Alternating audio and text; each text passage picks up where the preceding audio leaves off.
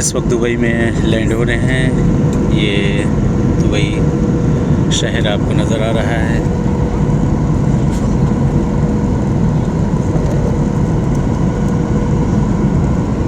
बहुत ही खूबसूरत जगह है, वाकई खूबसूरत जगह है, देखने की है।